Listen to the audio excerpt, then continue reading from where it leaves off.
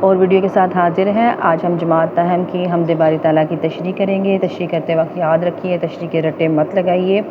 تشریح میں شعر کے مرکزی خیال کو سمجھنے کی کوشش کیجیے۔ یہ سمجھنے کی کوشش کریں کہ شاعر نے اس شعر میں کیا بیان کرنے کی کوشش کی ہے۔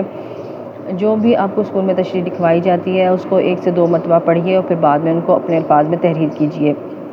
حوالہ شعر لازمی لکھیں اور بورڈ میں ای شیٹ میں آپ کو 2 صفحات دیے جاتے ہیں۔ ایک صفحے پہ 24 لائنز ہوتی ہیں، دوسرے پہ بھی 24، یعنی کہ ٹوٹل جو ہیں 48 لائنز آتی ہیں ایک بند کے لیے۔ اب بند میں کیا کرتے ہیں، پہلا شعر تو لازمی ہوتا ہے جو بورڈ میں دیا جاتا ہے، اس کے بعد وہ بند بنانے کے لیے آخری شعر بھی لے سکتے ہیں، اس کے بعد وہ اس کا دوسرا شعر بھی لے سکتے ہیں، تیسرا بھی لے سکتے ہیں، تو وہ اس طرح پہلا، تیسرا، پہلا، پانچواں اس طرح بھی بند بنا دیتے ہیں۔ تو آپ نے کوشش یہ کرنی ہے تمام اشعار کی تشریح جو ہے وہ یاد کریں اور اس کو اچھے طریقے سے سمجھیں، ٹھیک ہے۔ پہلے ہم شعر کی طرف آتے ہیں۔ کوئی تو ہے نظام ہستی چلا رہا ہے، وہی خدا ہے، دکھائی بھی جو نہ دے، نظر بھی جو آ رہا ہے۔ اس میں بتانے کی کوشش کی ہے شاعر نے کہ اگر ہم نظام کائنات پہ نظر دوڑائیں تو ہمیں یہ چیز سمجھ آتی ہے کہ کوئی بھی چیز بغیر کسی چلانے والے کے نہیں چل سکتی ہے۔ اب ایک گاڑی کی ہی مثال لیجئے، کیا وہ ڈرائیور کے بغیر چل سکتی ہے؟ اگر ریموٹ گاڑی بھی ہے تو وہ ریموٹ کے بغیر نہیں چل سکتی، بیٹری ہونا ضروری ہے۔ تو اسی طرح اتنی بڑی کائنات کا نظام، دن رات کا نظام، موسموں کا رد و بدل، کیا یہ تمام چیزیں بغیر کسی چلانے والے کے چل سکتی ہیں؟ اب اللہ تعالیٰ ہمیں دکھائی تو نہیں دیتا، لیکن اس نے کائنات میں جگہ جگہ اپنی نشانیاں رکھ چھوڑی ہیں جس کی مدد سے ہم اس کو پہچان سکتے ہیں۔ شاعر شعر میں خدائے بزرگ و برتر کی تعریف کرتے ہوئے کہتا ہے، رب کائنات نے اپنی ذات کو نہایت اعلیٰ اور عمدہ طریقے سے منوایا ہے۔ وہ بظاہر نظر نہیں آتا مگر اس کی تخلیقات اور کائنات میں کار فرما اس کا منظم اور مربوط نظام اس کے ہونے کی گواہی دے رہا ہے۔ کائنات کا یہ نظام اپنے اپنے دائرہ کار اور اپنے اپنے دائرہ اختیار کے اندر اس قدر جامع اور مکمل ہے کہ بغیر کسی چلانے والے کے خود نہیں چل سکتا۔ اللہ کا وجود ازل سے ہے، بقول غالب نہ تھا کچھ تو خدا تھا، نہ کچھ نہ ہوتا تو خدا ہوتا، ڈبویا مجھ کو ہونے نے، نہ ہوتا میں تو کیا ہوتا۔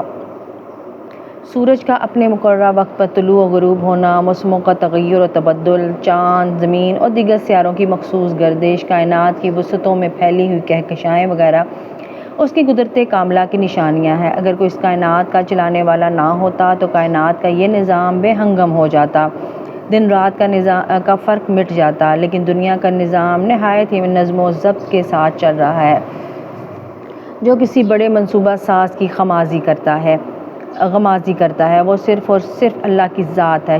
شعر کے دوسرے مصرعے میں شاعر اللہ کی صفت غیب کی تعریف کر رہا ہے۔ ظاہری آنکھ سے نظر نہ آنے والی ذات نے کائنات میں جا بجا اپنی نشانیاں رکھ چھوڑی ہیں جنہیں دیکھ کر اللہ کی ذات پر ایمان لایا جا سکتا ہے۔ بقول شاعر، خدا ایسے احساس کا نام ہے، رہے سامنے اور دکھائی نہ دے، لاکھ پردوں ہے تو بے پردہ، پردوں میں ہے تو بے پردہ، سو نشانوں میں بے نشان تو ہے۔ انسان جب اس نظام کائنات کو دیکھتا ہے تو اسے اس میں ہر جگہ ترتیب اور ضابطہ نظر آتا ہے، کہیں کوئی خلا یا کمی نظر نہیں آتی، ہر چیز کا دوسری چیز سے ایک ربط ہے۔ آخر ان نظام کے پیچھے کوئی قادر اور حکیم ذات ضرور ہے، ان نظام کو چلا رہی ہے، بظاہر وہ ہمیں نظر نہیں آتا، لیکن نظام ہستی کا مرتب اور منضبط ہونا اس کے وجود پر قطعی دلیل ہے، اس لیے وہ دکھائی نہ دینے کے باوجود نظر بھی آتا ہے۔ اللہ کی صفات میں سے ایک صفت ہے کہ جو رب العالمین ہے، جس کے معنی ہے نظام ہستی چلانے والا۔ شعر نمبر 2 ہے، تلاش اس کو نہ کر بتوں میں، وہ ہے بدلتی ہوئی رتوں میں، جو دن کو رات اور رات کو دن بنا رہا ہے، وہی خدا ہے۔ اس شعر میں شاعر اللہ تعالیٰ کی حکمت اور اس کی قوت تخلیق کی تعریف کرتے ہوئے کہتا ہے کہ اللہ تعالیٰ کو بتوں یعنی مادی اشیاء میں تلاش نہ کرو، بلکہ اس کا عکس و کائنات کے ذرے ذرے میں موجود ہے اور دیکھا بھی جا سکتا ہے۔ دن رات کا نظام اس کے حکم سے ایک نظم و ضبط میں چل رہا ہے، وہی دن کو رات میں اور رات کو دن میں بدلتا ہے۔ ہر ذی شعور شخص اللہ کی عظمت و دانائی کا معترف ہے۔ اللہ تعالیٰ کو بدلتے ہوئے حالات اور بدلتے ہوئے موسموں میں تلاش کیا جا سکتا ہے۔ موسموں کا اپنے مقررہ وقت پر بدلنا اللہ کی حکمت کی نشانی ہے۔ اللہ کی ذات مخفی ہو کر بھی ظاہر ہے۔ بقول شاعر، یہ سرد و گرم، خشک و تر، اجالا اور تاریکی نظر آتی ہے، سب میں شان اس ذات باری تعالیٰ کی۔ ذات باری کی۔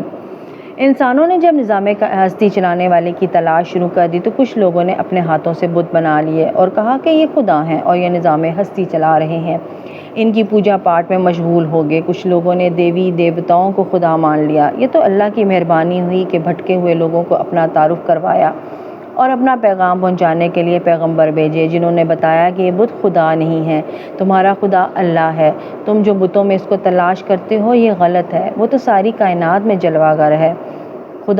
خدا تو وہی ہے جو دن اور رات کو ترتیب کے ساتھ بدلتا ہے، اسی کے حکم سے یہ موسم بدلتے ہیں۔ انسان اپنی آنکھوں سے رات کو دن اور دن کو رات میں بدلتے دیکھتا ہے، ورنہ روزانہ سورج کو مشرق سے طلوع ہوتے اور مغرب میں غروب ہوتے مشاہدہ کرتا ہے۔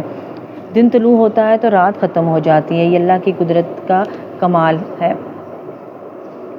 قرآن مجید کی سورۃ آل عمران میں اللہ تعالیٰ ارشاد فرماتا ہے تو اللہ رات کو دن میں داخل کر دیتا ہے اور دن کو رات میں داخل کر دیتا ہے۔ سورۃ بقرہ میں ارشاد فرماتا ہے بے شک زمین آسمان کی تخلیق میں اور دن رات کے آنے جانے میں عقل والوں کے لیے نشانیاں ہیں۔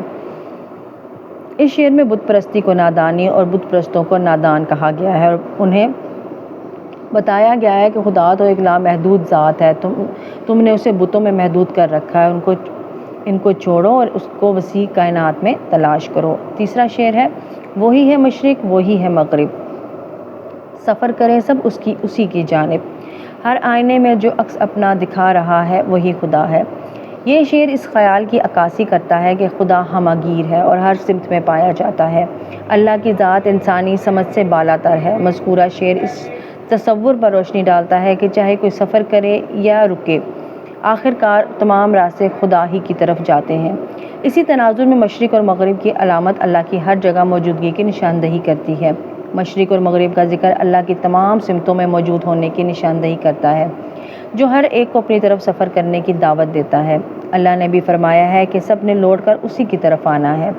دوسرے مصرعے میں شاعر کہتا ہے کائنات کی ہر شے چاہے وہ ریت کے ذرے کی طرح چھوٹی سی ہو یا کسی بڑی چٹان کی مانند ہو، ہر شے میں اللہ کی ذات نظر آتی ہے۔ آئینے میں عکاسی کی منظر کشی اس خیال کو پیش کرتی ہے کہ ہم جو کچھ بھی دیکھتے ہیں وہ بالآخر خدا ہی کی عکاسی کرتا ہے۔ بقول شاعر وہی ہے کائنات اس کی مخلوقات کا خالق، نباتات اور جمادات اور حیوانات کا خالق۔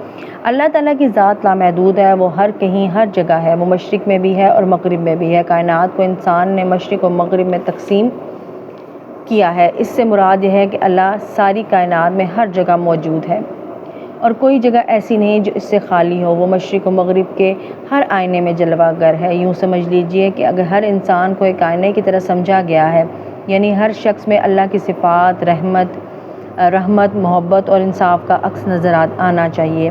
اسی طرح اس شعر کے ذریعے یاد دلایا گیا ہے کہ ہمیں دوسروں کے ساتھ انصاف اور محبت کے ساتھ پیش آنا چاہیے، کیونکہ اللہ ہر جگہ موجود ہے اور انسان اللہ کا عکس ہے۔